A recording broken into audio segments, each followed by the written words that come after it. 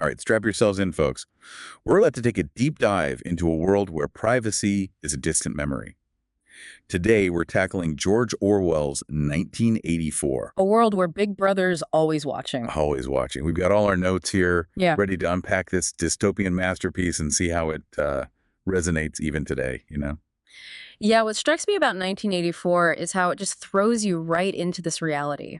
Oceania, this totalitarian state where every move, every thought even, is scrutinized. It's like from the get-go, you feel those telescreens watching, the posters everywhere with Big Brother Right. staring down at you. Like you said, Big Brother is watching you. Yeah, and that constant fear, the thought police, lurking around every corner. It's like walking on eggshells Yeah, constantly, yeah. right? Every word, every expression. Like, would you even dare to dream? Exactly. And Orwell's he's brilliant at immersing you in this world of paranoia, constant surveillance. And as the reader, you really feel the weight of the party's control through Winston's eyes. Yeah. And speaking of Winston, right? Our protagonist, he's just this ordinary guy, 39, varicose ulcer, living in this dingy apartment, trying to like make sense of it all. Right. He's not a superhero.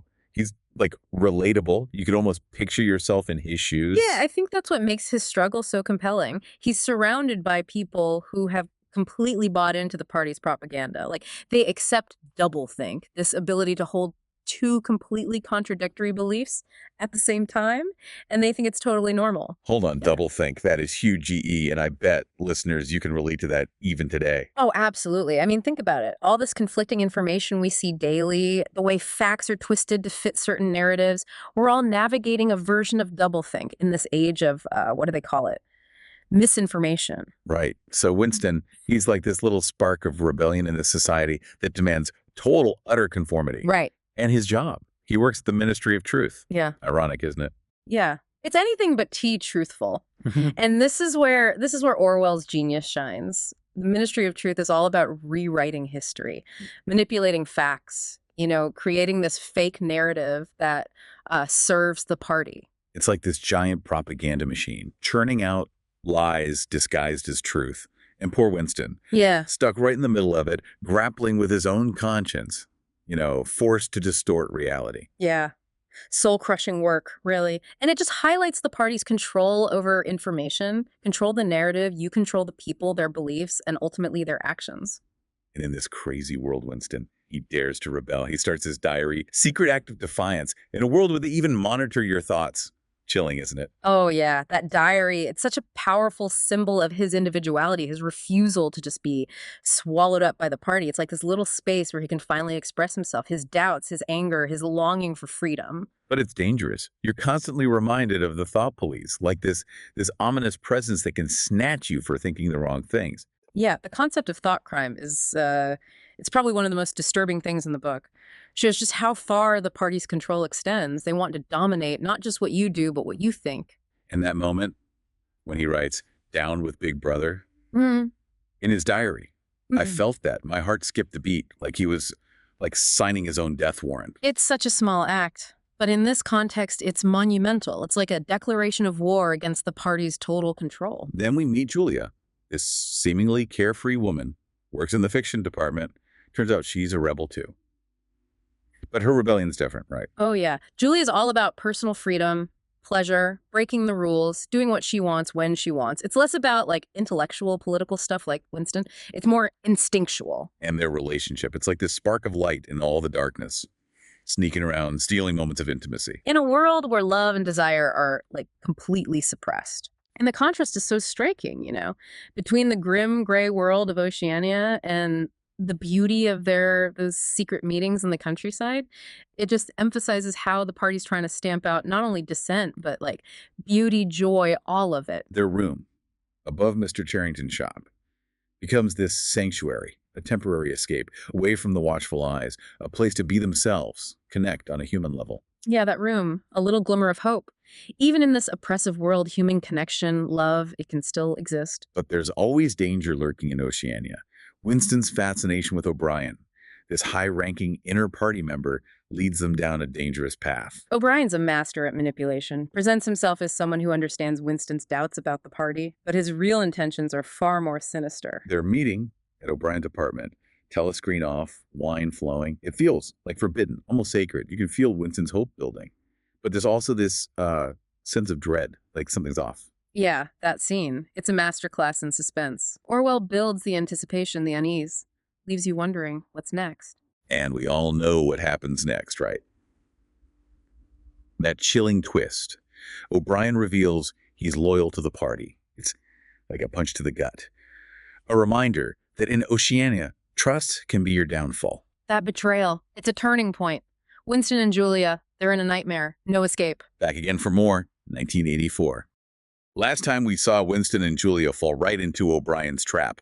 Their hopes of rebellion crushed by the party. Devastating, really. And this sets the stage for the darkest part of the book, Winston's imprisonment in the Ministry of Love and the torture. Yeah. It's just heartbreaking. A party doesn't just want to punish him for his actions. They want to completely break him, mold him into loving Big Brother. Scary how far they'll go to do that. What's really disturbing is it's not just brute force, it's psychological. They play on his fears, his insecurities, even his love for Julia. Like they're dissecting his very soul until there's nothing left of the original Winston. And that's where Room 101 comes in, the ultimate symbol of the party's power. They use your deepest fear against you. Room 101. Just thinking about it gives me chills. Pure terror. The ultimate weapon to control someone's mind. And for Winston, it's rats. That primal fear that overwhelms him and breaks him. He betrays Julia, denies his love for her to escape that horror. It's just gut-wrenching. It shows how even the strongest person can be broken by fear. But it also shows how well the party understands how the human mind works. Targeting our deepest fears, it's more effective than any physical force. It makes you wonder, what would break you? What would it use against you in Room 101?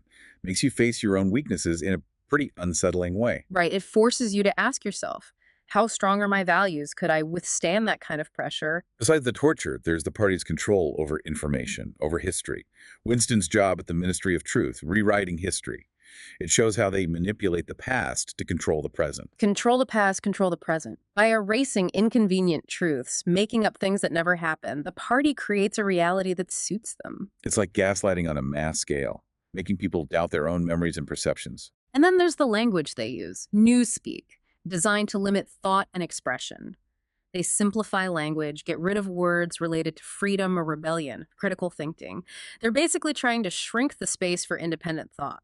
It's insidious, like a slow poison, eroding your ability to think for yourself. Exactly. It shows the link between language and thought.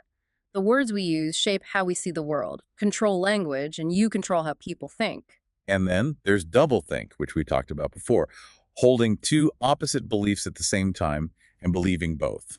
Mind-bending. Doublethink is crucial for survival in Oceania. War is peace, freedom is slavery, ignorance is strength. You have to believe it all. It's what allows people to function in this system that's completely illogical and contradictory. Like living in a state of mental gymnastics. You have to twist your mind to make sense of things. The scary thing is, it's not so unrealistic. We see doublethink today, people holding contradictory beliefs, often because of propaganda or misinformation. Makes you realize how vulnerable we are to manipulation, how easy it is to be tricked into believing things that are just plain false. But there is a glimmer of hope, a spark of resistance in the most unexpected place, the proles. The proles, the working class, largely ignored by the party. They're the majority of Oceania's population, but they exist outside the party's tight control. The party sees them as, well, kind of stupid, not a real threat. They're allowed simple pleasures, singing, romance, things party members aren't. And that freedom, that lack of indoctrination, that's what makes them potentially dangerous. Winston sees them as the only hope for rebellion. He thinks their humanity, their spirit, could be the key to overthrowing the party. But the proles are divided, easily distracted. They lack the awareness, the organization to rebel. They're kept busy with cheap entertainment, alcohol, the lottery. Keep them entertained, distracted, and they'll never realize their own power. Classic tactic. But even among the proles, there are moments of defiance, moments of hope. That old man in the pub who remembers life before the party, the woman singing in the courtyard. Little glimpses of a spirit the party hasn't been able to crush completely. It shows that even in the most oppressive societies, the human spirit can endure. Maybe a fragile hope, but a hope nonetheless. All right, welcome back to the final part of our 1984 deep dive. We've gone deep into the party's control mechanisms, the surveillance, the manipulation, the chilling reality of Oceania. But now we face the biggest question. What happens when even our memories are under attack? This is where 1984 goes beyond just a dystopian story. It becomes about the nature of truth, of reality. Can we trust our own minds when the past is constantly being rewritten? It's like holding onto sand. The tighter you grip, the more slips away. And Winston experiences this firsthand, trying to hold on to those pieces of his past, his family, life before the party. Yeah. Those memories, fragmented as they represent something real, authentic, in a world built on lies. Proof that human experience can't be completely erased. But even those memories become targets. They twist Winston's past, make him question everything, even his love for his mother. The party knows that memory isn't just about the past. It shapes who we are, our values, our view of the world. Control memory and you control the person. It's like they're stealing your soul, replacing it with something fake, something that fits their ideology. And it's not just individuals. Think about the party constantly rewriting history, erasing things, creating heroic stories. It's an attack on our collective memory to control the narrative, to control how we perceive reality itself. And it's happening in our world too, right? Yeah. Misinformation, attempts to rewrite history, to deny things that happen. It reminds us that the fight for truth is never over. Absolutely. Orwell's warning us, be vigilant, question what you're told, don't just accept information blindly. So where does this leave us? Winston is broken. He seems to conform. Is there any hope left? Any possibility of resistance? The ending of 1984 is, well, it's open to interpretation. On the surface, it looks like the party won. They crushed Winston, made him embrace Big Brother. But there are these little hints, things that make you wonder if true resistance can ever really be extinguished. You mean like when Winston remembers his mother's face, a memory they tried to erase, or his final thought, he had won the victory over himself. He loved Big Brother. Yeah, exactly. Those moments make you think, is there a part of Winston deep down that's still untouched? A spark of defiance they couldn't kill? Or maybe it's a reminder that even in defeat, there's a victory in holding on to your own truth, even if it's buried deep. A bleak hope, but hope nonetheless. And it makes you think about what resistance really means. A whispered word, an act of kindness, refusing to give up your own truth. Maybe that's the most important thing we take away from 1984. The fight against oppression doesn't always have to be grand revolutions. It can be a quiet personal struggle to hold on to yourself, your ability to think critically, to stay human in the face of forces that want to control you. So as we wrap up our deep dive into 1984, what can we, the readers, the listeners, take away from this chilling vision? 1984 is a stark reminder of what we risk when we let truth be eroded, when we don't question authority, when we let ourselves be swayed by propaganda and lies. It's a call to action, a plea to defend our freedoms, to value language and memory, and to never stop questioning the stories that shape how we see the world. And in the end, it's a testament to the human spirit, our capacity for love, for hope, for resistance, even when things seem impossible. Thanks for joining us on this journey into the world of 1984. Keep your mind sharp, your hearts open, and remember, Big Brother might be watching, but so are we. Until next time, keep exploring, keep questioning, and keep that rebellious spirit alive.